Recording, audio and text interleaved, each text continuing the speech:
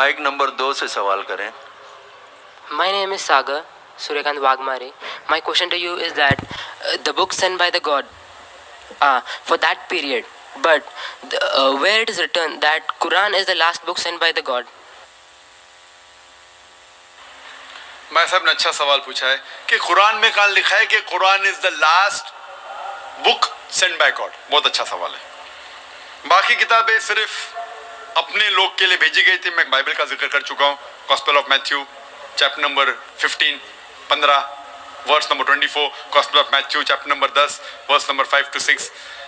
قرآن میں ذکر آتا ہے سورہ احزاب میں سورہ نمبر 33 آیت نمبر 40 میں ما کان محمد ابا احد من رجالکم ولکن رسول اللہ وخاتم النبیین وکان اللہ بکل شیء علیما. محمد صلی اللہ علیہ وسلم آپ مردوں میں سے کس کے پتا نہیں ہیں لیکن وہ اللہ کے رسول ہے اور خاتم النبیین ہے, آخری نبی ہے, اور اللہ سب سے بہتر جاننے والا ہے. کتاب نازل کرنے کے لیے ضرورت ہے ایک رسول کی. تو جب رسول ہی نہیں آئے گا تو کتاب کیسے آئیں گی؟ تو جب محمد صلی اللہ علیہ وسلم لکھا ہے قرآن میں کہ وہ آخری نبی ہے, آخری رسول ہے, اس کے بعد کتاب تو نازل ہو ہی نہیں. اٹس انڈرسٹوڈ, بولنے کی ضرورت نہیں. آخری نبی آخری رسول محمد صلی اللہ علیہ وسلم تھے, اسی لیے آخری نبی سارے انسانیت کے لیے بھیجے گئے تھے. اور قرآن میں ذکر آتا ہے قرآن بھی ساری انسانیت کے لیے بھیجا گیا ہے. باقی جتنے کتابیں ہیں قرآن میں لکھا ہے کہ صرف بھیجے گئے تھے اپنے لوگ کے لیے, پیغمبر بھی اور وہ کلام بھی. لیکن قرآن مجید جیسے کہ محمد صلی اللہ علیہ وسلم ساری انسانیت کے لیے تھے, قرآن بھی ساری انسانیت کے لیے. اس کا ذکر ہے سورہ ابراہیم میں سورہ نمبر 14 آیت نمبر 1, سورہ ابراہیم سورہ نمبر 14 آیت نمبر 52, سورہ بقرہ سورہ نمبر 2 آیت نمبر 185, سورہ زمر چیپٹر نمبر 39 ورس نمبر 41. اور بھی حوالہ دے سکتا ہوں میں, لیکن یہ کافی ہے. مائک نمبر 3 سے سوال کریں. My name is Rakesh Bosle. I'm a pharmacy student. My question is, can you please explain the creation of universe and life on the basis of Islam? بھائی صاحب نے سوال پوچھا ہے کہ can you explain the creation of the universe on the basis of اسلام.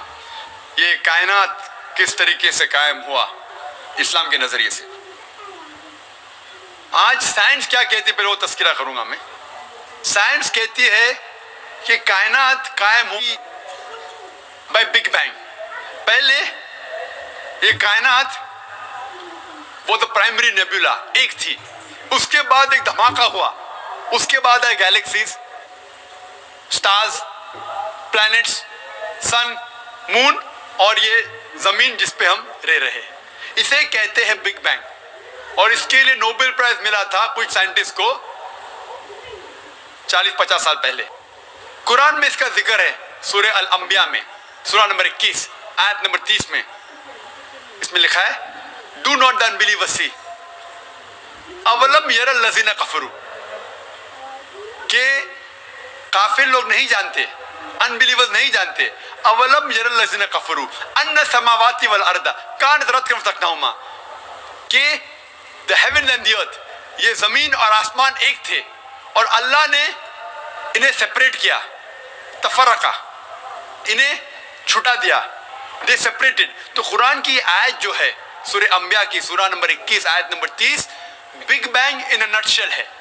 تو جس طریقے سے قرآن ذکر کرتا ہے 1400 سال پہلے, سائنس آج یعنی کل بول سکتے, yesterday, 50 years back, 40 years back, 40 سال پہلے, 50 سال پہلے, آج سائنس مانتی ہے کس طریقے سے کائنات وجود میں آئے. اور اس کا ذکر الحمدللہ قرآن میں 1400 سال پہلے ہے. میں نے ایک تقریر کیا ہوں قرآن اینڈ ماڈرن سائنس کنفلکٹ اور کنسیلیشن, اور اس میں ڈیٹیل میں سائنس کے بارے میں بات کیا ہوں کہ جو چیز سائنس آج جان رہی ہے قرآن میں اس کا ذکر ہے 1400 سال پہلے. کیونکہ Quran is far superior to science, کیونکہ قرآن کا لیکھک آتھر اس زمین کو بنانے والا ہے, وہ ہم سے, آپ سے اور ہم سے اور اچھا جانتا ہے.